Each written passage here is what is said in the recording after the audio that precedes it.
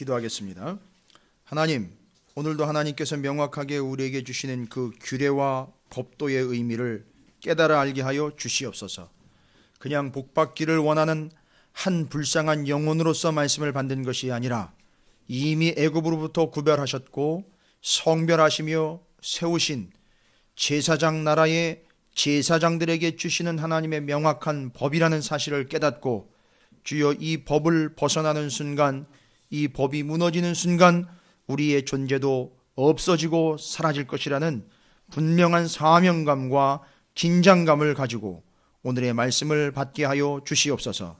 절대 이 말씀으로부터 벗어나는 일이 없게 하여 주시옵시고 바깥에서 그 안을 구경꾼 삼아 바라보는 일이 없게 하여 주시옵시며 오늘 내게 주신 하나님의 말씀이 내게 있어 생명과 구원과 약속이 되게 하여 주시옵시며 이 나라 이 민족과 열방 가운데 왕같은 제사장으로 세우고 보냄받은 바된 자들로서 하나님의 나라와 뜻을 위하여 생명을 걸고 말씀을 받는 자리가 되게 해 주시옵소서.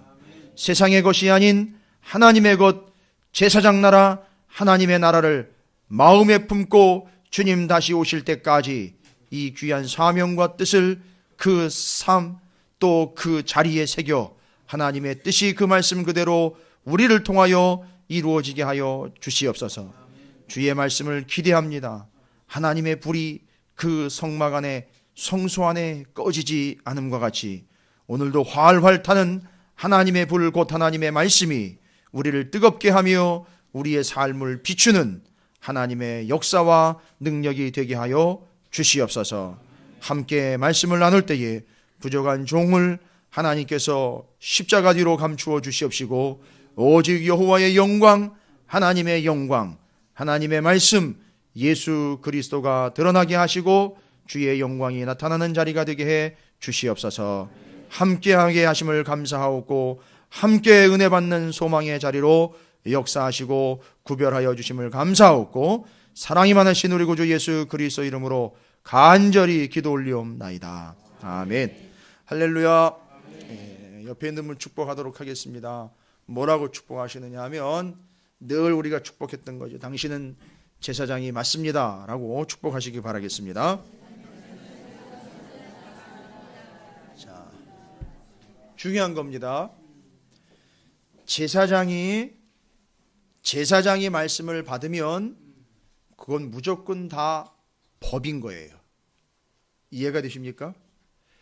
제사장이 아닌 사람이 말씀을 받게 되면 그건 그냥 하나님의 말씀 이렇게 넘어갈 수밖에 없는데 제사장으로서 하나님의 말씀을 받으면 그건 곧 법이 되는 겁니다. 그러니까 이미 여러분의 신분이 하나님의 말씀이 어떤 것이라는 것을 여러분의 신분이 규정하는 거예요. 그러니까 여러분 자체가 제사장이 되어 하나님의 말씀을 받았을 때에 그 말씀은 절대 변하지도 않고 바꿀 수도 없는 하나님의 법이 되는 겁니다. 오늘 여러분에게 함께 나누면서 새기는 이 말씀이 제사장 된 여러분에게 정말로 변개치 아니하고 바꿀 수 없는 하나님의 법이 되시기를 주님의 이름으로 축원을 드립니다. 아멘. 법이요 하면 우리 감리교에서는 아무도 이야기를 못해요.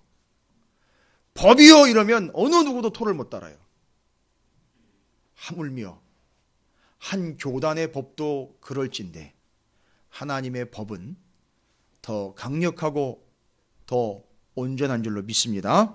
오늘 그 말씀 앞에 서신 여러분이 제사장적 사명을 갖고 제사장으로서 오늘 그 말씀을 받기를 주님의 이름으로 다시 한번 축원을 드립니다.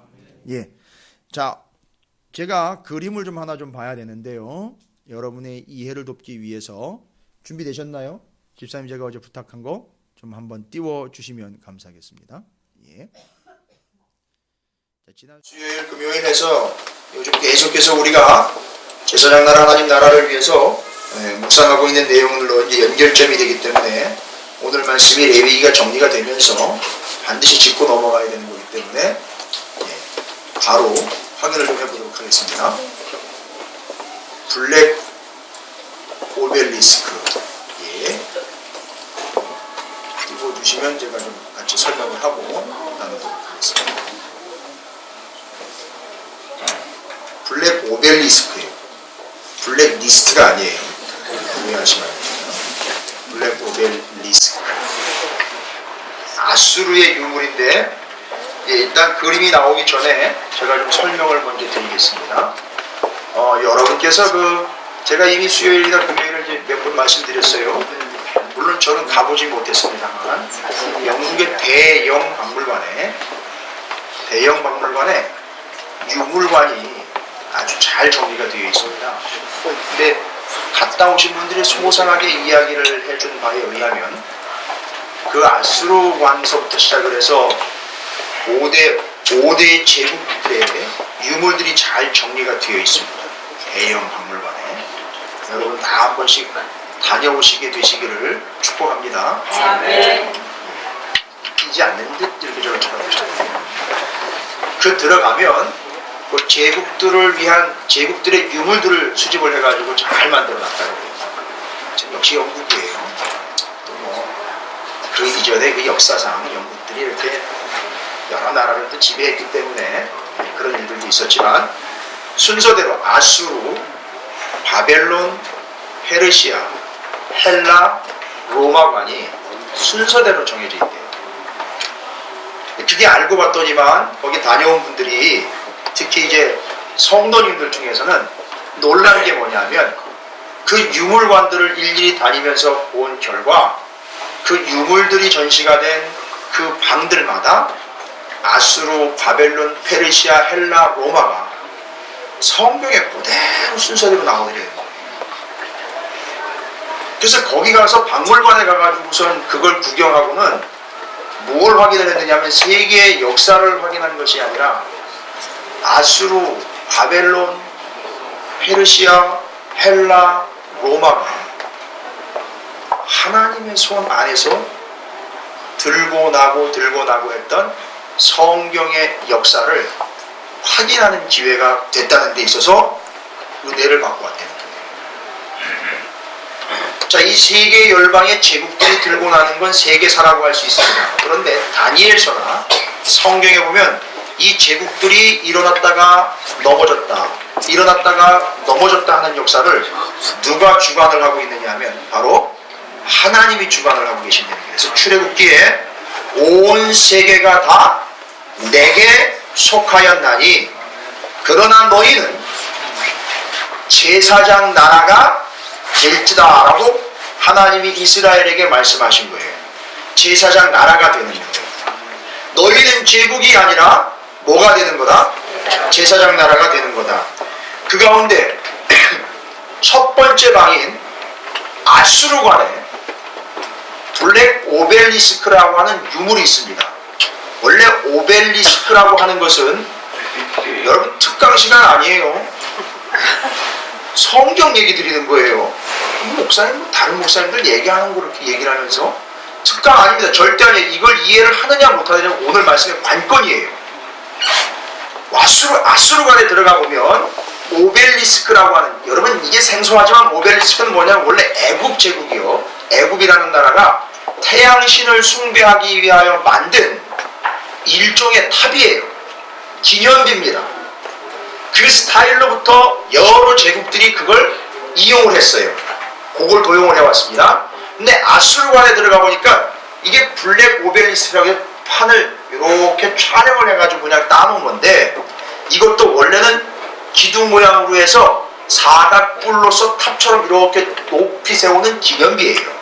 그런데 아수르관에 첫 번째 방에 들어가 그 블랙 오벨리스크, 깜짝색이에요. 그래서 블랙 오벨리스크인 거예요.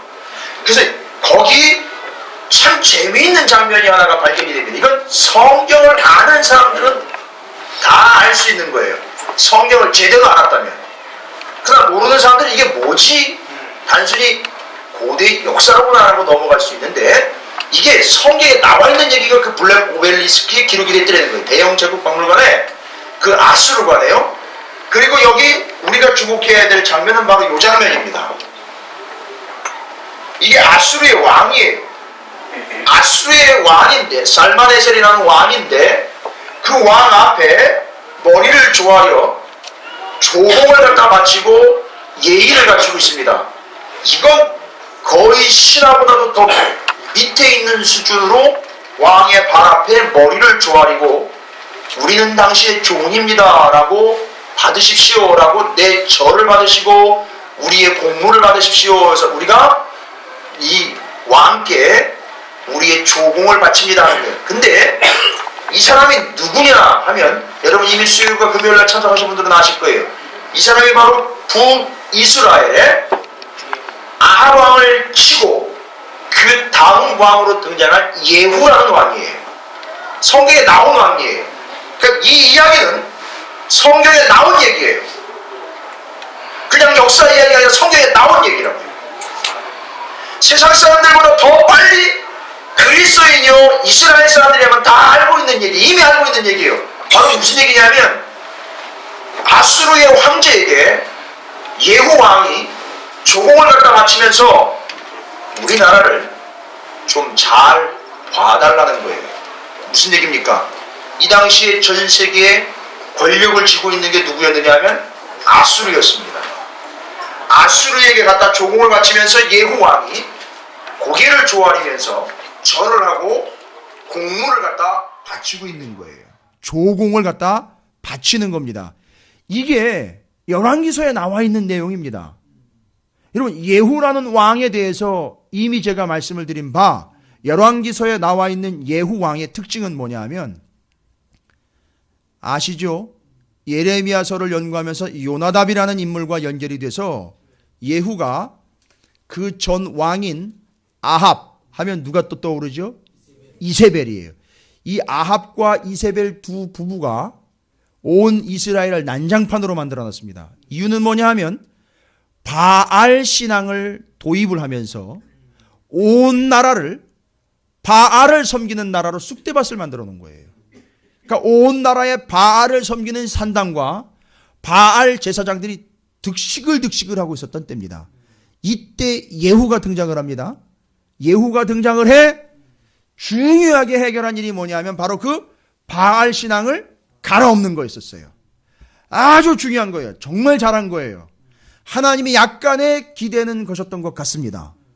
그래서 바알 신앙을 싹 다 제거하기 위하여 요나답과 함께 손을 잡고 약간의 트릭을 좀 썼지요. 그래서 바알을 섬기는 제사장들을 죄다 불러 모아가지고 거기서 바알 제사장들을 죄다 죽여버립니다.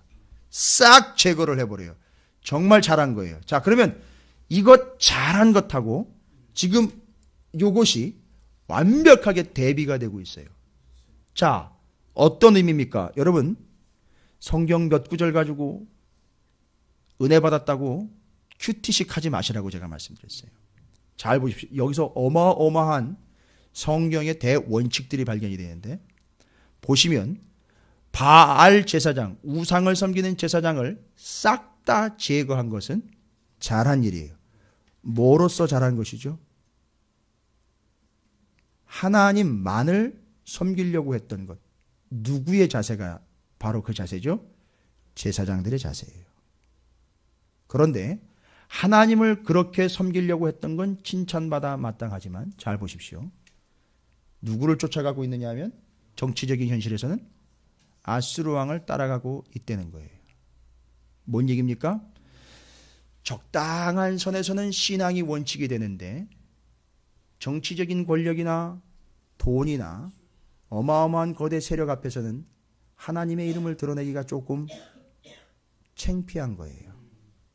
뭔 얘기입니까? 요즘 아이들 말따나 이거 팔리는 일이에요. 그러니까 하나님 교회에 가 계시면 제가 이번 주일날 가서 찾아뵐 테니까 여기서 좀 빠지시고 여기서는 제가 힘과 힘으로 내 권력과 이 사람의 권력으로 맞짱을 좀 떠야 되겠습니다. 그러니까 하나님 얘기 여기서 하면 내가 위치가 좀 쪼그라들 것 같으니까 하나님은 좀 뒤로 빠져 계시고 제가 정치적으로 어떻게 한번 해결을 해볼 테니까 하나님은 뒤로 좀 빠져 주십시오. 이게 우리의 삶이에요. 자, 아수르의 살만에셀 왕과 예후 왕의 관계에서 이 예후는 바알의 우상을 섬기는 제사장들을 죄다 제거한 것이 하나님에 의하면 제사장적인 사명을 잘 감당을 한 거예요. 왜요? 제사장이라 하면 하나님만을 섬기고 백성들 사이에서 하나님만을 바라보게 해주는 초점 역할을 해주니까 잘한 거예요. 아, 바알 아니고 하나님이로구나. 너무너무 잘한 거예요. 그런데 실질적으로 자기가 정치를 하며 왕으로서 권력을 쟁취하고 유지할 때에는요, 더 큰 세력인 아수르에게 자신의 안위를 보장받으려고 하고 있는 이 행위, 이 짓거리는 하나님을 왕으로 모시는 것이 아닌 제국적인 발상과 권력의 노예가 된 그의 모습이 여실하게 드러나고 있는 거죠. 바로 이 모습을 하나님은 인정하지 않으신 거예요. 이건 제사장의 모습이 아니라는 거예요. 제사장 나라를 맡길 만한 존재가 아니라는 거예요. 이 사람은 어디에 초점이 있습니까? 제국에 초점이 있어요.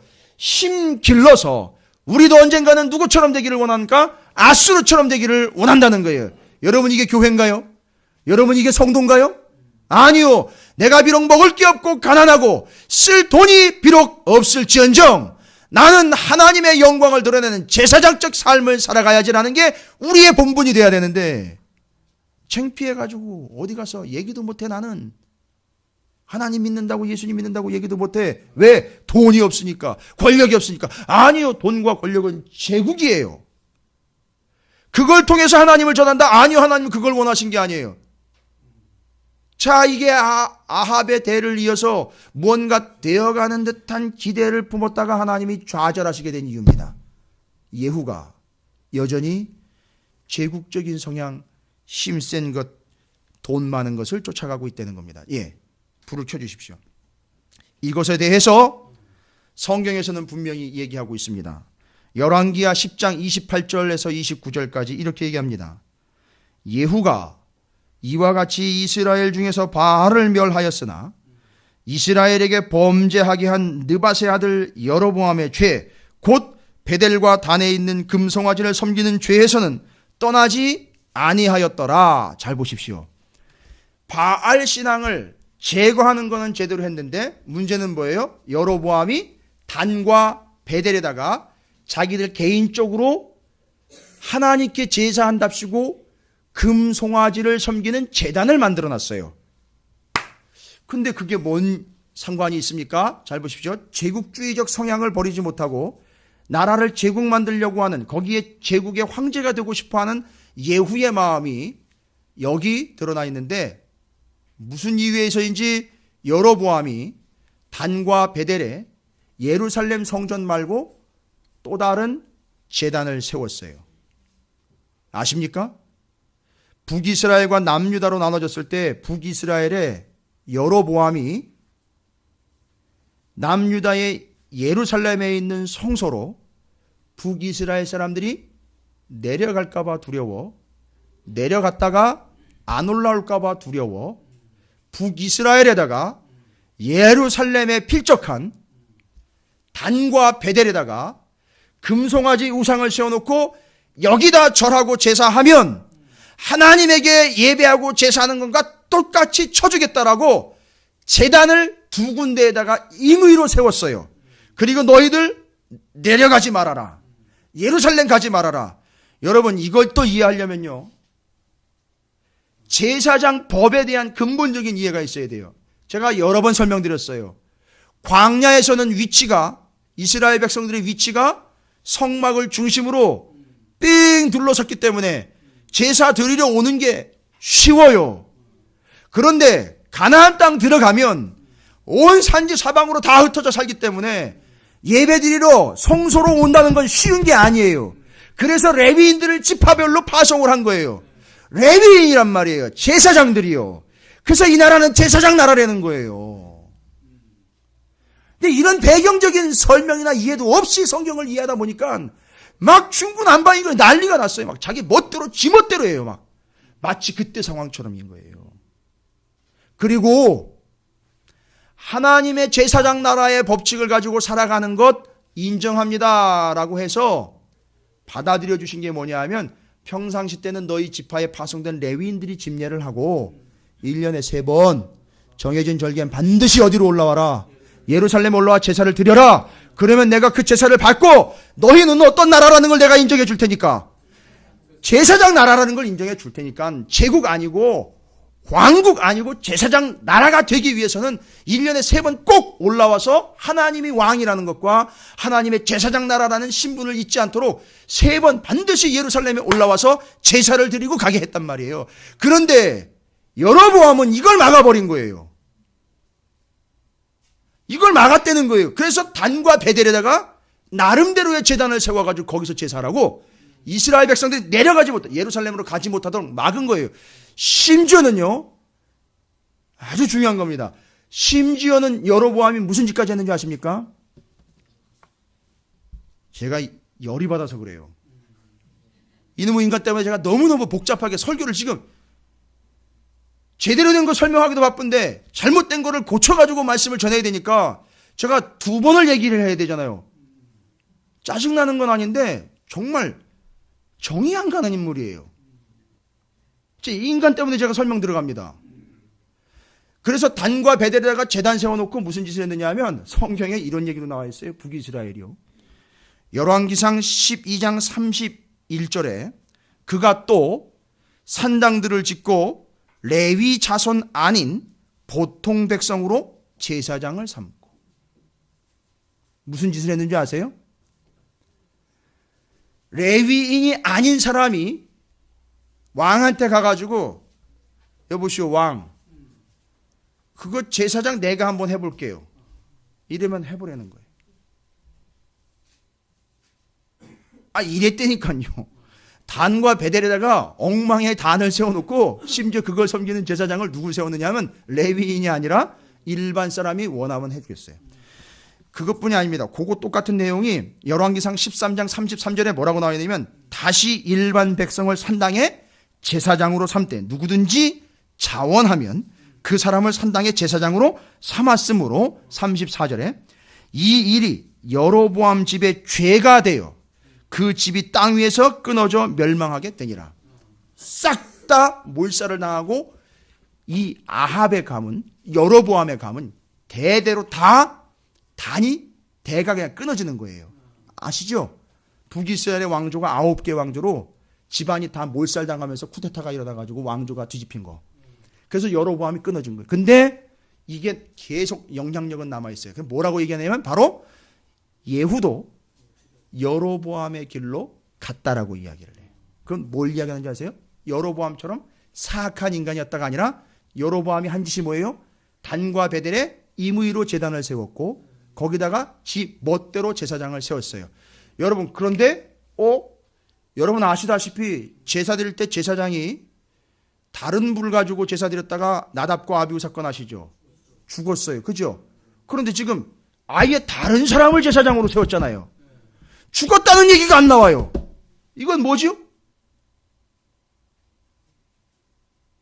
목사님 그걸 왜 저한테 물으세요? 이런 표정. 생각해 보세요. 제사는 계속 드려줬고 이렇게 자기가 와가지고 나 제사장 한번 해볼래요 하면 해봐 이렇게 해가지고 제사장이 세워줬어요. 그러니까 제사를 제대로 드렸겠냐는 얘기예요. 지 멋대로 했겠죠. 뭐 어떻게 피를 내는지도 모르겠고 뭐 하여튼 대충 죽여가지고 뭐 대충 끄슬려가지고 태워서 죽이면 뭐 그 다 받겠지 뭐 이런 식으로 된 거예요. 그런데도 제사를 집냐다 누가 죽었다는 둥 뭐 다 박살났다는 둥 없어졌다는 이런 얘기가 없단 말이에요. 계속 드린 거예요. 그러니까 어떻게 이런 일이 가능합니까 여러분? 다른 분이 아니라 다른 사람이 예배를 드렸어요. 제사를 드렸단 말이에요. 그럼 어떻게 된 거예요? 원칙에 의하면? 그렇죠. 하나님이 성소, 본래 원래 성소의 의미는요. 하나님이 늘 뭘로 임재하셨어요? 불로 말씀하셨다 그랬잖아요. 계속. 그래서 다른 불이면 그냥 태워 죽였단 말이죠. 그러니까 거기에는 하나님이 그렇죠. 없었던 거예요. 아예 안 오신 거예요. 왜요? 제사장적 사명을 감당하지 않은 거예요. 그러니까 그들에겐 임하지 않은 겁니다. 답은 간단해요. 근데 그게 자기네는 만족스러운 거였었어요. 이해가 되십니까? 여러분 이거 심각한 겁니다. 혹시 우리가 그렇게 예배하고 있지 않은지 정말 면밀히 따져보셔야 돼요. 하나님이 임재하시지 않은 거예요. 그 북이스라엘의 단과 베델에는 임재하시지 않은 거예요. 그러니까 그건 하나님이 인정하지 않은 거예요. 여러분, 이 길로 예후가 간 거예요. 그 여로보암의 길이라는 건 바로 이걸 얘기하는 거예요. 하나님의 제사장 백성이 제사장 역할을 하도록 하는 게 왕의 사명인데, 그렇게 하지 않고 왕국과 제국을 따라가는데 혈안이 되어서 제사는 뒷전이 되고 제사장을 세우는 일에는 뒷전이 돼가지고 엉망으로 만들어버린 그 사건, 그게 여로보암의 죄였다는 거죠. 예후 왕이 그 짓을 한 거예요. 그리고 예루살렘에 가서 3번씩 제사하는 일을 막아서 자기의 왕권을 유지하려고 했고, 불안하니까 그걸 지켜내려고 했던, 제국화시키려고 했던 예후가, 생각해 보세요. 예루살렘까지의 거리는요, 하루면 갑니다. 하루면 가요. 그 하루를 1년에 3번씩 해서 우리나라는, 하나님, 제가 비록 여로보암이나 예후가 제가 비록 왕으로 세워졌지만 우리나라는 하나님의 제사장 나라입니다 하면서 1년에 3번씩 내려가서 제사만 똑바로 드렸다면 문제 없어요. 그거 내가 지켜주겠다고 그랬어요. 하나님이 너 왕 계속 할 수 있게 내가 지켜줄게. 대신 네가 제사 드림으로 왕이 아닌 제사장 나라가 되는 것, 그것만 확인해 줘. 그럼 내가 네 왕권 지켜줄게. 이랬단 말이에요. 근데 그걸 안 믿었어요. 그리고는 하루면 와가지고 예배할 수 있는 예루살렘을 오는 게 아니라 800km 떨어진 저 아수르의 수도 니느웨에 가가지고 아수르 왕에게 무릎을 꿇고, 아니 머리를 조아리면서 그에게 힘을 달라고 요청했던 거예요. 이게 여로보암의 길이었던 거예요. 이때 바로 이 하나님의 뜻을 의지하지 아니하고 제국의 힘과 제사장 나라의 뜻을 전혀 간파하지 않은 왕국, 제국 삼으려고 했던 예후의 이 이야기 속에, 그 뒤에 하나님이 아쉽지만 오늘 말씀 속에 레위기 26장에서 이렇게 얘기를 하고 계신 내용이에요. 뭐라고 얘기하면, 이제 이게 경험이 되고 이게 이해가 되시면 오늘 말씀에 나와 있는데, 하나님께서 약속하셨어요. 오늘 앞부분에 나와 있는 내용인데, 제사장 나라의 법을 제대로 지키면, 제대로 제사장 역할을 하면 뭐라고 얘기하셨냐면, 여러분 이걸 그냥 축복이다, 복이다라고만 얘기해가지고 나도 이런 복 받았으면 좋겠다, 맨날 이걸 외우고 난리도 아닌데, 자기가 지금 어떤 위치인지 전혀 간파는 안 한 채로 복만 달라고 난리가 난 거예요. 뭐라고 얘기하셨느냐면, 정말 멋있는 복이에요. 진짜 끝내주는 힘입니다. 이거는 대단한 거. 여러분 다 이렇게 되길 바랍니다. 뭐라고 하나님이 약속하셨느냐 하면, 너희들이 그 법을 지킨 결과로서 추수 때까지 묵은 곡식을 먹다가 새 곡식을 추수함으로 묵은 곡식을 먹지 않을 것이며. 이게 뭔 얘기냐면, 작년에 추수한 쌀을 먹었는데요, 올해 추수한 쌀이 나왔어요. 묵은 쌀이 잔뜩 쌓여 있는데 햅쌀 먹는 거예요. 그때부터 걱정하지 않고요. 여러분 이거 이해가 되세요? 묵은 쌀이 없었던 것이 아니라 간다 아야 이거 새 쌀 나올 때까지 이거 먹어야 되는데, 이게 아니라 묵은 쌀 실컷 먹고 있다가 햅쌀 딱 나오니까 묵은 쌀 뒤로 딱 밀어놓고 햅쌀 먹는 거예요. 이게 하나님이 약속하신 복이에요. 거기다가 잘 보십시오. 이게 아수르에 가가지고 머리를 조아렸던 예후의 그 이야기와 모습이 이해가 되면 이제 이 말씀이 이해되는 거예요. 바로 보세요. 전쟁이 날 경우, 전쟁이 안 난다는 게 아니에요. 전쟁이 날 경우 어떻게 해요? 5명이 100명을 싸워 이기고 100명이 나가 10,000명과 싸워 이길 거다. 여러분 5명이 100명이고 100명이 10,000명 이기는 건 이건 어느 나라에나 있는 법입니까? 이게 제국이나 돼야 되는 거예요. 이런 이 정도의 힘이라면은요. 아니 제국이나 돼야지 이렇게 5명이 100명 이기는 거예요. 1당 20인 거예요. 그죠? 5명이 100명이고 100명이 10,000명 이기는 거예요. 이건 제국의 파워예요. 이 정도로면. 그렇죠? 이건 나가는 족족 뭐 안 되는 거예요. 나가는 족족 이긴다는 거예요. 그런데 예후나 다른 왕들은 뭘 얘기했느냐 하면 100명과 10,000명을 상대하기 위한 전략을 세우는 거예요. 저 쳐들어오는 100명과 저 쳐들어오는 10,000명을 우리가 어떻게 막아내야 되는가 하다 보니까 예후가 생각해냈다는 게 뭐예요? 아수르한테 가가지고 도와달라는 거예요. 이해가 되십니까? 그러나 하나님 뭐라고 얘기하셨다고요? 너희가 이 제사장 나라의 법을 준행을 하면 묵은 곡식 먹다가 햇곡식 나오면 그때부터는 그걸로 먹을 것이고, 너희 5명이 100명을 칠 것이고, 너희 100명은 10,000명을 칠 거라는 거예요. 20배에서 100배로 늘어나는 거예요. 이거 누가 하는 겁니까? 하나님이 하신다는 거예요. 이게 제사장 나라의 법의 원 정신이에요. 이쯤 돼서 여러분이 성경을 좀 넓게 보시도록 제가 한 가지 이야기만 좀 더 드리면은요, 민수기 13장 14장에 앞으로 우리가 말씀을 나누겠지만 무슨 얘기가 나오면 가데스 바네아에서 12명의 정탐꾼을 보냅니다. 여러분 다 결과 아시죠? 그 12명이면 12지파예요. 그죠? 근데 여러분 잘 보세요. 레위 지파는 거기 끼어 있지 않아요. 뭔 얘기인지 아시겠어요? 레위 지파는 거기 안 껴 있어요. 가가지고 그 땅을 파악하라고 가는 게 레위 지파가 아니에요. 거기 가서 너희는 제사장의 역할을 감당하기만 하면 된다는 거예요. 이걸 알고 12명이 가서 제사장적인 관점으로 보고 왔어야 되는 건데 제국적인 관점으로 가 보고 오는 거예요. 그러니까 정황을 보니까 도대체가 이건 싸움이 안 된다는 거예요. 그리고 거기다 대고 뭐라고 얘기합니까? 지도자 따로 세워서 돌아가자는 거예요. 애굽으로 돌아가자는 거예요. 제국으로 돌아가자는 거예요. 왕국으로 돌아가자는 거예요. 그 힘이 있는 그곳으로. 그때 여호수아와 갈렙이 뭘 받느냐 하면 그 나라나 그 상황을 본 것이 아니라 우리는 어떤 민족이라는 거죠? 그렇죠. 왕국과 제국에 필적할 능력과 힘을 가진 나라가 아닌 5이 100을 이기고 100이 만을 이기는 어떤 나라? 제사장 나라라는 걸 담고 간 거예요. 그러니까 레위기 26장 법을 여호수아하고 갈렙이 담고 들어가 정탐을 하고 온 거예요. 그러니까 들어가 이야기하고 둘이 나와가지고 얘기하는데 뭐라고 얘기합니까? 저들은 우리의 밥이다라고 얘기한 거예요. 그래서 햅쌀, 묵은 쌀 얘기를 제가 드린 거예요. 이건 어느 주석에도 안 나와 있는 얘기예요. 제가 말씀을 묵상하다 보니 여러분이 이해하실 수 있게 설명을 드린 거예요. 저들은 우리의 밥이라는 거예요. 12명이 들어가 단 2명만 제사장적인 관점으로 보고 나온 거예요. 여러분 이렇게 보는 겁니다. 이게 성경이에요.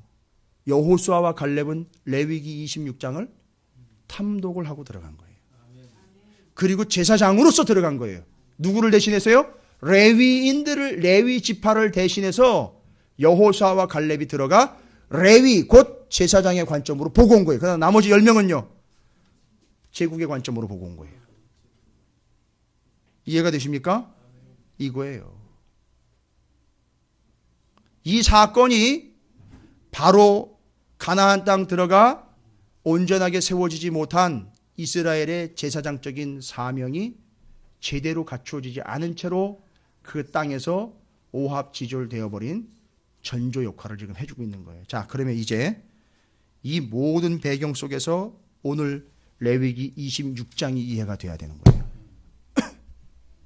여러분 아마 개인적으로 책을 좀 참고를 하신다거나 어떤 열정 있는 분들은 주석을 참조하실 때 26장을 이렇게 설명을 하는 게 보편적이에요. 뭐라고 설명하냐면 하나님의 말씀을 순종하면 이런 복을 받고 하나님의 말씀을 순종하지 않으면 이런 벌을 받는다라고 이야기를 합니다. 여러분 죄송합니다만 그건 다가 아니에요. 그렇게만 하면 여기 있는 분들 중에 대부분은 다 여기 앉아 계시면 안 돼요. 왜냐?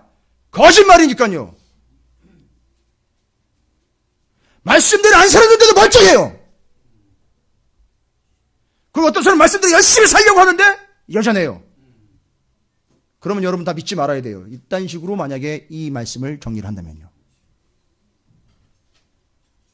26장은 그렇게 보시면 안 돼요.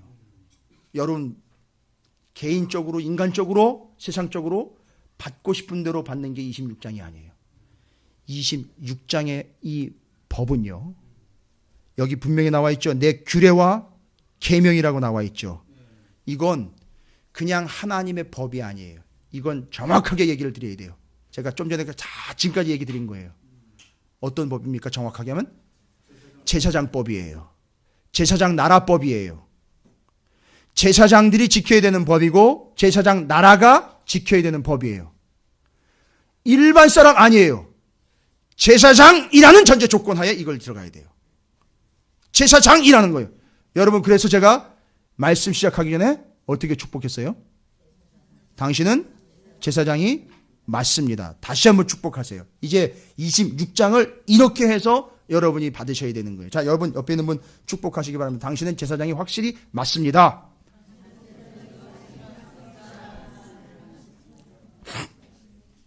할렐루야. 여기 김제사장, 최제사장, 박제사장 다 모여 있습니다. 자, 여러분이 제사장이 되어 이 말씀을 받는 거예요. 이건 단순히 말씀이 아닙니다. 제사장 법이에요. 제사장 나라 법이에요. 그걸 하나님이 뭐라고 얘기했느냐면 규례와 계명이라고 얘기했어요. 이건 레위법이고 제사장법이고 제사장 나라법이에요. 제사장들이 받는 거예요. 그러니까 여러분이 제사장이 되어서 받으시기 바랍니다. 자, 그러면 첫 번째 이 법이 가지고 있는 의미를 뭐라고 얘기를 했느냐 하면 하나님이 너희가 내 규례와 계명을 준행하면이라는, 그러면 3절 너무 짧은 구절인데 여기 엄청나게 복잡하게 이미 전제를 깔고 있는 게 너무 많아요. 여기 레위기 끝날 때까지 앞부분 다 있죠. 제사장 세우고 성막 세우고 제사하고 중보하고 그 다른 물 들였다가 죽은 거 뭐 이런 거 다 이게 전제가 되고 있는 거예요. 싹 다. 그러니까 이거는 뭘 전제로 하고 있다? 제사장 나라를 전제로 하고 있는 거예요. 아시겠죠? 이거 안 믿는 사람들한테, 애굽 사람이나 기타 가나안의 이방 사람들한테 하는 얘기가 아니에요. 이건 제사장이 된 이스라엘에게 얘기하는 거예요. 제사장적 사명을 살아가고 있는 여러분에게 하는 얘기란 말이에요. 근데 뭐라고 얘기하십니까? 너희가 내 규례와 계명을 준행하면, 이 규례와 계명은 아시죠? 애굽의 풍속, 그 다음에 규례, 아니라 여호와의 규례와 법도 있죠. 그 기억나십니까? 그거 얘기하는 거예요, 지금. 그러니까 여러분, 제가 말씀을 전하는 건 새벽, 저녁, 주일이 다 연결이 돼요. 그러니까 여러분들이 다 참조하셔야 돼요. 그런데 너희가 내 규례와 계명을 어떻게 하면이라고 얘기합니까? 준행하면. 여러분, 이 준행이라는 말이 참 중요한 말이에요. 이 준행이라는 말이 제가 단순하게 생각을 해서 지킨다라는 말로 그냥 정리를 하다가 그게 아니라는 걸 제가 이해를 했어요. 그래서 여러분이 그걸 정확하게 좀 이해를 하실 수 있도록 제가 다시 한번 설명을 드립니다. 자, 이제 제사장이 되어서 하나님의 제사장법을 준행하는 자가 되어야 된다라고 이야기를 했죠. 그럼 그 준행이라는 말이 뭐냐면, 준행이라는 말 속에 두 가지 의미가 담겨져 있어요. 중요한 겁니다. 여러분 평생 잊으시면 안 돼요. 이거는 준행이라는 말에는 두 가지 의미가 자리 잡고 있습니다. 뭐냐 하면, 첫 번째, 그 안에서 걷는다라는 뜻이에요. 그러니까 준행이 두 가지 의미가 준과 행이라는 말이 합쳐진 거예요. 그러니까. 근데 행이라는 말을 설명을 드리는 거예요. 제가 준행할 때. 행은요, 걷는 거예요. 가는 거예요. 계속 걷는 거예요. 그런데 어디서 걷느냐가 중요한 거예요. 어디서 걷는다고요? 울타리, 정확하게 하면 울타리 안에서 걷는다는 얘기예요. 여러분, 기가 막힌 말씀입니다. 울타리 안에서 걷는다, 계속 걷는다.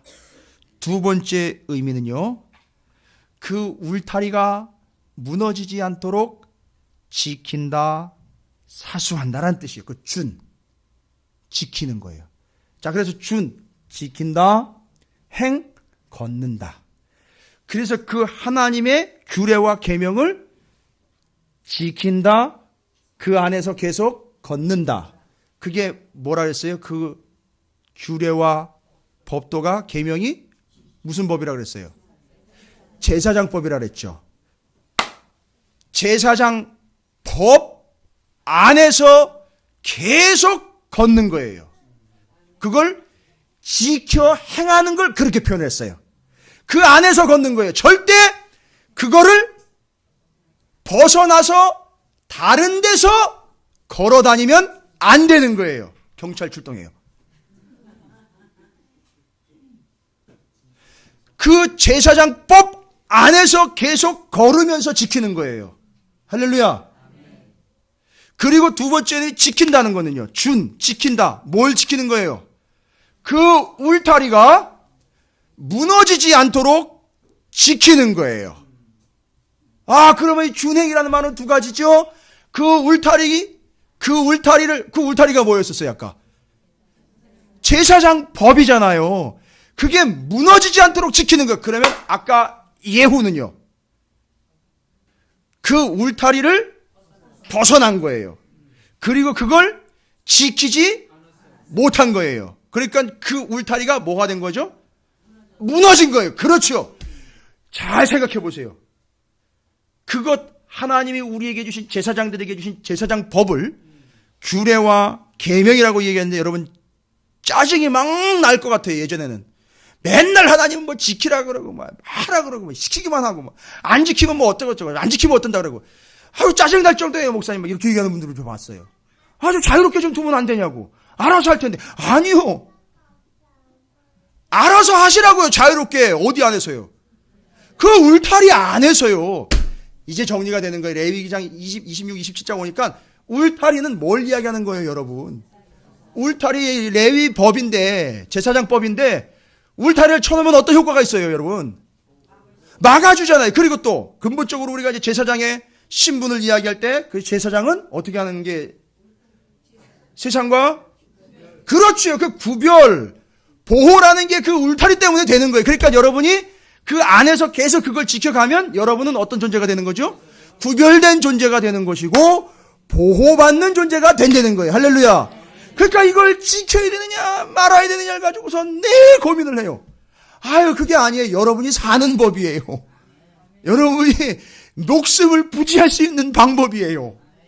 그 울타리 안에서 걸어가는 거예요. 계속 그 울타리 안에서 마음껏 또 목사님 걸으라고 그랬으니까 또 걷기만 해야 돼. 아니요, 뛰세요. 막 뛰기도 하시고요. 걷고 같이 손잡고 가시기도 하고 산책도 하시고요. 거기서 심지어 앉아가지고 쉬시기도 하라는 거예요. 어디에서요? 울타리 안에서요. 그건 누가 얘기를 안 해요. 아니 그게 여러분이 살 길이에요. 그리고요. 어떻게 하라는 거죠? 울타리를 지키려는 거예요. 무너지지 않도록 지키려는 거예요. 그러니까 그 안에서 걸어가면서 걸어다니면서 어떻게 해요? 여러분 GOP 있죠? GOP. 저 전방의 철책선 거기서 걸어가면서 철책을 흔들면서 어디 구멍이 난 데 있나? 어디 문제가 있나? 어디 적들이 들어올 틈이 있나? 이걸 살펴보는 거예요. 철책을 지키는 거예요. 그걸 걸어가면서 지키는 거예요. 여러분 우리가 바로 이 제사장법을 제사장으로서 그 울타리 안에서 마음껏 걸어가는 거예요. 자유롭게 하세요. 그 안에서는 여러분 그 안에서는 누구도 뭐라고 하는 겁니다. 뛰어다니시는지 유리가 왔다 갔다 하잖아요. 교회 안이 울타리 아니기 때문에 그건 누구도 뭐라 그럴 게 없어요. 여러분이 그 안에 있으면 어느 누구도 뭐라 그러지 않습니다. 바로 그거예요. 단 그 안에서예요. 그리고 여러분이 그 울타리를 지키세요. 혹시라도 흠이 났다면 여러분이 보수하셔야 돼요. 할렐루야. 그게 우리 제사장의 책임이에요. 하나님의 말씀을 지키고 그걸 보수하고 거기서 그 안에서 벗어나지 않게 지켜내는 것. 그러니까 지금 그걸 지킨다는 것은 그 레위법, 제사장법 하나님의 규례와 명령을 지킨다는 것은 자, 이제 성경의 비밀이 풀어집니다. 그 울타리 안에 있다는 거예요. 이걸 성경이 주님 안에 있다라고 얘기를 해요. 뭐라고 얘기합니까? 요한일서 3장 24절, 요한일서 2장 5절에 그의 계명을 지키는 자는 주 안에 거하고 주는 그의 안에 거하시나니 우리에게 주신 성령으로 말미암아 그가 우리 안에 거하시는 줄을 우리가 아느니라. 그 계명을 지키는 자들은 누구 안에 거하는 거예요? 알고 봤더니 그 울타리 안에 거하는 건데 그게 누구 안에 거하는 거나 마찬가지라는 거죠. 주님 안에 거하는 거나 마찬가지라는 거예요. 그 레위 제사장 법을 지키는 것이 주님 안에 있는 것, 울타리 안에 있는 것. 할렐루야. 여러분 제발 벗어나지 마세요. 지키세요. 그걸 율법주의라고 이야기하지 마시고 그걸 꼭 말씀을 지켜야 된다라고 강박관념 주지 마시고, 아니요, 그게 사는 방법이란 말이에요. 여러분을 지키는 방법이에요. 여러분 제가 이 말씀을 정리하면서 얼마나 은혜를 받았는지 몰라요. 아, 내가 지금 주님 안에 있는 거로구나. 그 울타리 안에 있는 거구나. 내가 제사장적 사명을 인식하고 그 제사장적 사명을 가지고 살아가면 그게 내가 그 울타리 안에 있는 거로구나. 그리고 내가 그걸 지켜야 되는 거구나. 뭐예요? 무슨 일이 있어도 그 제사장법은 여러분 양보하시거나 놓치시면 안 돼요. 그거 뚫리는 순간 뒤에 나와요. 뒤에 나옵니다. 울타리가 무너진 상황이 나와요. 하하.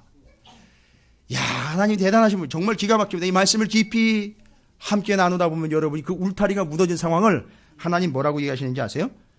14절 이후로 소개가 되고 있는 거예요. 그래서 야, 뭐 말씀을 지키면 복 받고 말씀을 안 지키면 벌 받는다, 이 개념이 아닌 거예요. 이렇게 단순한 얘기가 아니에요. 그렇죠? 울타리 안에 있으니까 정확하게 보호받죠, 자유롭지요, 누리지요. 그러니까 지금 3절부터 13절까지 기록된 건 그 안에서 뭐 하는 거예요? 누리는 거예요. 누리는 거. 복지예요. 말 그대로 복지. 이건 진짜 제대로 된 하나님의 복이라고 이야기하는 게 아니라 당연히 그 안에 있으면 당연히 누리는 거예요. 이걸 복이라고 만들어버리는 바람에 이게 최고인 줄 알고 있어요. 아, 그거보다 더 최고가 있어요. 여기 다 나와 있어요. 그런데 그 14절부터는 보니까 그 울타리가요, 그 안에 있어야 되는 그 울타리가 어떻게 된 상황을 얘기하는 겁니까? 그렇죠. 안 지키는 게 아니라 그 안에서 걷지 않고 모양새로 보면 지금 어떤 상황인 거예요? 아까 제사장법을 제대로 지키는 게 그 제사장법 안에서 걷는 거라 그랬죠. 근데 14절 이후로 넘어가니까 지키지 않은 결과 울타리는 어떻게 돼버린 거예요? 그러니까 무너졌죠. 이 사람이 지금 어디서 걸어다니고 있어요? 그렇죠. 밖에서 걸어다니고 있는 거예요. 그럼 어떤 일이 생기는지 잘 보세요. 무너졌어요. 울타리는 무너졌지요. 이 사람들은 이게 아닌지 밖인지 구분도 안 되게 밖에서 막 나돌아다니는 거예요. 죄송합니다. 정해진 시간 외에 집안에 아이들이 들어오지 않아 밖에 돌아다니는 아이들을 다닌다 하지 않고 싸돌아다닌다고 얘기를 해요. 즉 그런 형상이 발생이 된 거예요. 울타리가 무너졌고 안에서 있지 않고 바깥에서 지금, 죄송합니다. 이게 전국적으로 나가는 방송이라 제가 좀 점잖은 표현을 써야 돼. 아니 근데 그게 아니라 심각한 상황이라 지금 싸돌아다니고 있는 거예요. 그러면 어떤 결과가 나오느냐? 복잡합니다. 근데 명확해요. 하나님이 여기다가 뭐라고 얘기했냐면 울타리 무너졌죠? 생각해 보세요. 옛날에는 지금 오늘날의 개념이 아닌 성을 쌓아서 성주들이 성 안에 사는 백성들을 바깥에 있는 적들로부터 어떻게 해줘요? 보호해 주죠. 그런데 이 성이 무너졌어요. 어떻게 될까요? 보호할 수가 없죠. 그 모습을 하나님이 그렇게 적고 있어요. 16절 17절을 보세요. 무너진 거예요. 무너졌습니다. 그 제사장법 울타리가 무너졌습니다. 16절 17절에 이렇게 얘기합니다. 내가 이같이 너희에게 행하리니 곧 내가 너희에게 놀라운 재앙을 내려 폐병과 열병으로 눈이 어둡고 생명이 쇠약하게 할 것이요 너희가 파종한 것은 헛되리니 너희의 대적이 그것을 먹을 것이요. 대적은 원래 어디 있어야 돼요? 그런데 이 대적이 어떻게 했어요? 안으로 들어와 버렸어요. 이유는요? 울타리가 무너져. 여러분 이걸 하나님한테 떠넘기지 마세요. 하나님이 치셨다고 뭐 이렇게 얘기하지 마세요. 우리가 어떻게 한 거예요? 울타리를 무너뜨린 거예요. 그러니까 적들은 그냥 활보하는 거예요. 여러분 이게 무너지면 적들은 여러분을 정확하게 노리고 있어요. 정확하게 일침을 가합니다. 돈 문제, 권력 문제, 자식 문제 이런 걸로 여러분 이 제사장법이 무너지는 순간, 울타리 무너지는 순간 여러분을 그냥 칼같이 공격을 해요. 그게 적들이라는 표현이 이렇게 나온 거예요. 그래서 대적이라는 표현이 그렇게 나온 거예요. 그래서 적들이 치고 들어오니까 대적이라는 표현이 나오는 거예요. 여러분, 절대 무너뜨리면 안 돼요. 그 무너지시면 안 돼요. 거기 나가면 안 됩니다. 여러분, 지키셔야 돼요. 그 울타리 반드시 지키세요. 그게 뭐라고요? 그냥 법이 아니라 제사장법이요. 제사장이 되어 지키는 법이에요. 그게 여러분을 살리는 거란 말이에요. 그리고 17절에 뭐래 그래요? 쫓는 자라 그래요. 쫓는 자. 대적들 쫓는 자 때문에 어떻게 돼요? 도망 다니는 신세가 돼요. 맨날 바쁘다고 시간 때문에 쫓겨다니고 도망 다녀요. 거기다 돈 때문에 맨날 도망 다녀요. 무슨 문제 때문에 맨날 쫓기면서 도망 다녀요. 왜요?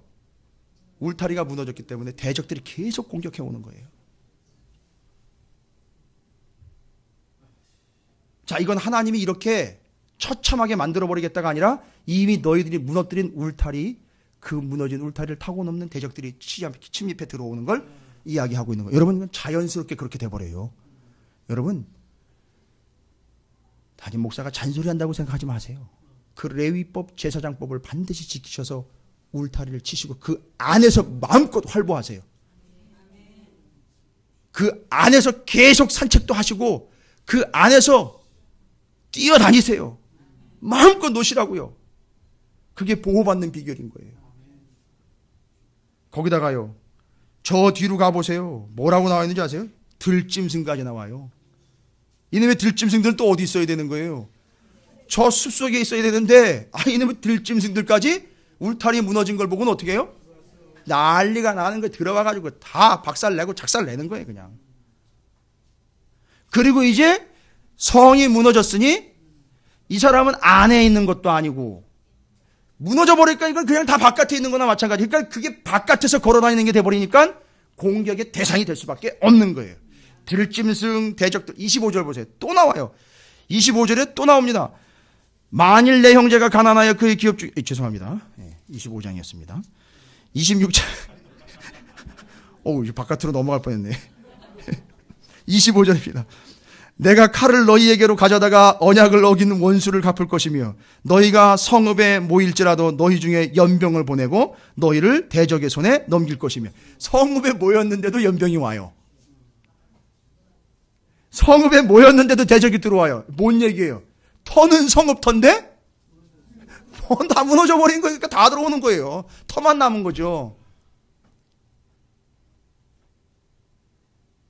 그래서 여기서 그런 얘기가 나왔네. 연병을 할 이런 얘기가 거기다 나온 건가요? 하여튼 어쨌든 어마어마한 일이 발생이 된 거예요. 그 연병과 적들과 들짐승들에 의해서 밥이 돼버리는 거예요. 야, 여러분, 이 상황인 거예요 지금.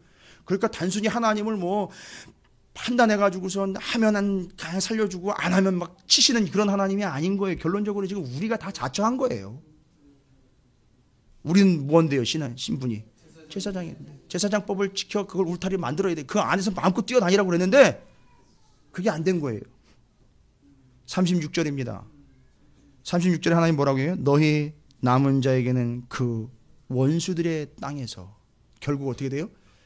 원수들의 땅으로 다 잡혀가리는 거예요. 여기도 다 뭐가 돼버린 거예요? 그러니까 원수들의 땅이 돼버린 거예요. 다. 우리가 살던 거기가 다 원수들의 땅이 돼버린 겁니다. 완전히 소유권이 다 넘어가 버린 거예요. 이해가 되셨습니까? 이게 그 울타리예요. 그리고 그 안에서 여러분이 걸어가면서 계속 지켜야 되고 보수해야 되며 무너지지 않도록 막아야 돼요. 혹시라도 그것이 조금도 기울 모양새가 보인다. 다 모이십시오. 벽에 붙어가지고 손을 붙잡고 무너지지 않도록 다 막아야 돼요, 여러분이. 그 모습을 그려보십시오. 그게 제사장 나라, 제사장법이에요. 여러분이 해주셔야 돼요. 그러면 그 안에서 여러분은 마음껏 누리실 수 있어요. 그런데 그건 그렇게 유지가 됐을 때 당연히 누리는 거예요. 여기서 진짜 복을 제가 말씀드립니다. 진짜 복이 뭐냐? 진짜 복은 네 가지로 말씀을 드릴 수 있어요. 진짜 복. 첫 번째 11절부터 13절까지 나와 있는 내용들이에요. 여러분 철 따라 비 주시는 거요. 그 안에 있으면 당연히 주시는 거예요. 여러분 이건 당연한 거예요. 일단 이건 제사장법을 지켜 그렇게 살아가면 당연한 겁니다. 거기에 목매지 마세요.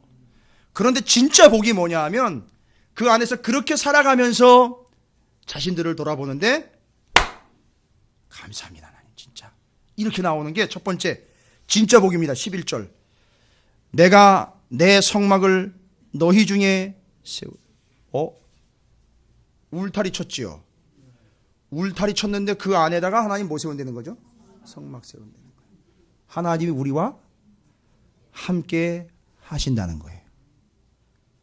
비좁아 터질 것 같은데 거기 하나님이 함께 하시겠다는 거예요. 그 법, 레위, 제사장법 테두리 안으로 하나님이 임재하신다는 거예요. 그럼 이 울타리. 이 울타리 여러분 기억나십니까? 이 울타리. 뭐가 기억나세요? 울타리 쳐져 있잖아요, 울타리. 이 레위기의 원래적인 울타리를 보자면 성막의 울타리란 말, 그렇죠? 그 안으로 누가? 하나님이 임재하시는 것처럼 그 울타리 안으로 하나님의 성소, 성막이 있고 거기 하나님이 임재하신다는 거예요. 할렐루야. 그 레위기법, 제사장법을 지켜가는 그들에게 하나님이 임재하시는 거예요. 그런데 여기서 끝나는 게 아니라 함께 하시고 내 마음이, 이게 진짜 복이에요. 내 마음이 너희를 싫어하지 아니할 것이며. 할렐루야. 하나님이 여러분을 싫어하지 않는데요. 심지어 부부도 싫어가지고 가까이 오지 못하게 할 때가 있는데, 그죠? 관계가 나빠지면 어떻게 된다 그랬어요? 제가 지난 수요일인가요? 금요일날 말씀드렸나요? 예? 부부끼리 앉아있으면 숨소리도 듣기 싫다 그랬대잖아요. 관계가 안 좋으면. 그렇대잖아요. 제가 그 얘기했다가 제 아내한테 한 소리 들었습니다. 너무 극단적인 표현을 썼다고. 그런 거예요. 예. 밥 먹는 것도 싫다면서요. 쳐다보는 것도 싫다면서요. 관계가 나쁘면. 그런데 보세요. 하나님이 그 울타리 안에 하나님의 레위법, 제사장법을 지켜내는 그들을 찾아가셔서 하나님이 그들을 보는데 뭐라고 얘기를 한다고요? 내가 너희를 싫어하지 아니할 것이요. 여러분 싫어하지 않는 게 뭘까요? 여러분 이게 진짜 복이에요. 하나님이 여러분을 너무너무 좋아하신다는 거예요. 하나님이 오히려 우리가 친한 척해야지 떡건물에 떨어지는가 생각했는데 하나님이 우리에게 친한 척 하시는 거예요. 야야 고마워 해줘서 고마운데 왜냐하면 하나님도 우리한테 잘 해주셔서 어떻게 하기를 원하시는 거예요? 그 울타리 무너지지 않고 그걸 계속 지켜내기를 원하시는 거예요.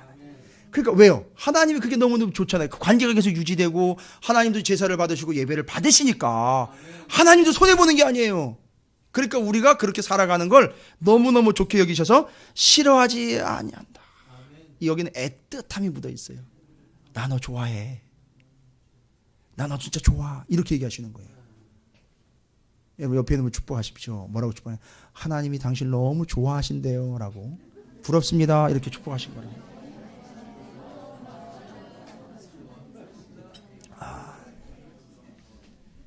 제1복 하나님이 싫어하시지 않으시며 너무너무 좋아하시더라. 보세요. 그게 어디에 나와 있어요? 창세기 1장에 나와 있잖아요. 보시기에 좋아하더라. 여러분을 보시면서 그렇게 얘기하시는 그게 복이에요. 두 번째 복은요 12절이에요. 함께 있습니다. 시작. 나는 너희 중에 행하여 너희의 하나님이 되고 너희는 내 백성이 될 것이니라. 우리가 말씀을 지키는 것, 제사장법, 레위기법 지키는 게 그 안에서 뭐 하는 거라 했죠? 그 안에서 뭐 하는 거라 그랬어요? 지키는 것이 준행이, 행이 어떤 거라 그랬어요? 행하는 거 계속 걷는 거라 그랬죠. 그런데 여기 12절에 보세요. 나는 너희 중에 행하여. 하나님도 같이 행한다는 거예요. 할렐루야. 이거를요, 어떤 신학자는 이렇게 얘기를 했어요. 에덴 동산에서 아담과 하와가 타락하기 전에 아담과 하와와 함께 거니시던 하나님. 더 기가 막힌 표현은요. 함께 조깅 하시던 하나님. 죄송합니다. 조깅. 함께 조깅하시던 하나님, 근데 여기 그 울타리 쳐진 레위법 안에 거하고 있는 이들과 함께 하나님이 걷고 같이 조깅하시면서 함께 하시는 하나님이 되는 거예요. 그리고 하나님 뭐라고 얘기해요? 나는 너희의 하나님이 되고 너희는 내 백성이 될 것이라. 야, 일로 와봐. 내 백성이야. 봐봐, 잘생겼지? 하나님이 여러분을 갖다 자랑을 한단 말이에요. 열방 가운데. 내 백성이야. 예쁘게 생겼지? 하는 짓은 더 예쁘다? 이렇게 되는 거야. 내 백성이야. 내 아들이야, 내 딸이야. 하나님이 이렇게 자랑하신다고요. 그리고 내가 얘들 아버지야. 예. 우리 부모님들이라면 다 그런 기대 가지고 계시잖아요. 목에 딱 힘주면서 이 새끼가 내 새끼야. 이놈이 내 아들이야. 이놈이 내 딸이야. 그죠? 하나님이 그렇게 얘기하죠. 나는 얘 하나님이고 얘들은 내 백성이야. 얼마나 자랑스러운지 알아? 이렇게 하나님이 인정해 주신다는 거예요. 이게 복인 거예요. 할렐루야. 그게 진짜 복이에요. 그 안에서 누리는 진짜 복. 그 다음에 13절입니다. 뭐라고 얘기한다고요? 나는 너희를 애굽 땅에서 인도해내어 그들에게 종된 것을 면하게 한 너희의 하나님 여호와니라. 내가 너희의 멍에의 빗장을 부수고 너희를 바로 서서 걷게 하였느. 준행, 걷는 것, 이게 연결이 되는 거예요. 걷는데 어떻게 걷는 거예요? 바로 곧게 서서 계속 걷게 해주겠다는 얘기예요. 그렇게 지키며 살 수 있게 해주겠다. 여러분, 이제 우리는 이런 복을 좀, 수준 있는 복을 좀 꿈꾸시길 바랍니다. 당연한 거, 하나님 주시는 거 그거 연연하지 마세요. 그거 당연히 주십니다. 그걸 뭘 어떻게 주시나 안 주시나 뭐 얼마나 주실려나, 비가 몇 미리가 왔나 맨날 이거 강수량만 축하하지 마시고 이 세 가지 복을 철저하게 챙기시기 바랍니다. 한 가지 복이 더 있어요. 이거는 전혀 없는 데서 생겨나는 진짜 복인데 뭐냐 하면 뒤에 나와 있습니다. 너희의 잘못을 회개하고 돌아오면 어떻게 하겠다? 받아주겠다는 거예요. 이게 네 번째 복이에요. 그럼 왜 이 복이 필요했을까요? 왜 이 복이 필요했을까요? 울타리 바깥에서 엉망진창으로 들짐승이며 적들에게 노예가 되고 남의 나라로 끌려가는 어마어마한 비참한 신세가 된 이들이 하나님께로 돌아오기만 하면 구원을 하고 그들을 받아주고 용서해 주겠다라는 것. 누구를 위해서 이 복이 필요한 거예요? 바로 우리를 위해서 필요했던 거예요. 옛날 방식이라면 이스라엘이 아니었으면 다 죽을 죄인들, 이방인들, 그들을 위해 하나님은 돌아오기만 하면 제사장 나라를 삼고 제사장 삼아서 하나님이 복 주시겠다 하는, 돌아오기만 하면, 회개하기만 하면 받아주겠다라는 게 마지막 오늘 26장 뒷부분에 나와 있는 내용이에요. 할렐루야. 그러나 우리는 예수 그리스도로 인하여 여러분 돌아왔지요. 그리고 여러분은 지금 하나님의 제사장 백성이 되었고 제사장 나라가 되었습니다. 이제 우리가 하나님의 말씀이 우리 안에서 정확하고 명확하게 이루어지고 제사장 사명을 감당하기 위하여 여러분 울타리를 세웠습니다. 지키셔야 돼요. 그리고 그 안에서 하나님과 함께 곧게 걸어갈 수 있도록 허락을 해주셨으니까 우리는 그렇게 살아가는 게 맞습니다. 그래서 하나님의 말씀 제사장법을 철저하게 지켜 그 안에서 계속 걸어다니기도 하고 하나님과 함께 조깅도 하시고 뛰어다니면서 그 울타리를 지켜 보수하시고 여러분은 계속 그 말씀대로 걸어가시길 바라겠습니다. 행하면서 제사장이 역할을 감당하시고 제사장법을 지켜가시길 바랍니다. 그게 결국 울타리가 쳐진 우리를 적들로부터, 들짐승로부터, 죽음으로부터, 공격으로부터 지켜주는 방법이에요. 그러나 여러분이 제사장법이 무너지는 순간 세상의 여러 가지 유혹들과 공격거리들이 여러분을 어렵게 하며 여러분을 공격해 올 거라는 거예요. 혹시 내가 요즘 공격을 받고 있는 것 아닌가라고 생각하는 분이 계신다면 빨리 그 울타리를 보수하시기 바랍니다. 하나님의 제사장법을 철저하게 지켜내시고 하나님 나라와 뜻을 위하여 함께 걸어가시고 지켜내시기를 주님의 이름으로 축원을 드립니다. 다시 한번 외쳐봅니다. 나는 제사장입니다. 당신도 제사장입니다. 함께 울타리를 지켜갑시다. 할렐루야.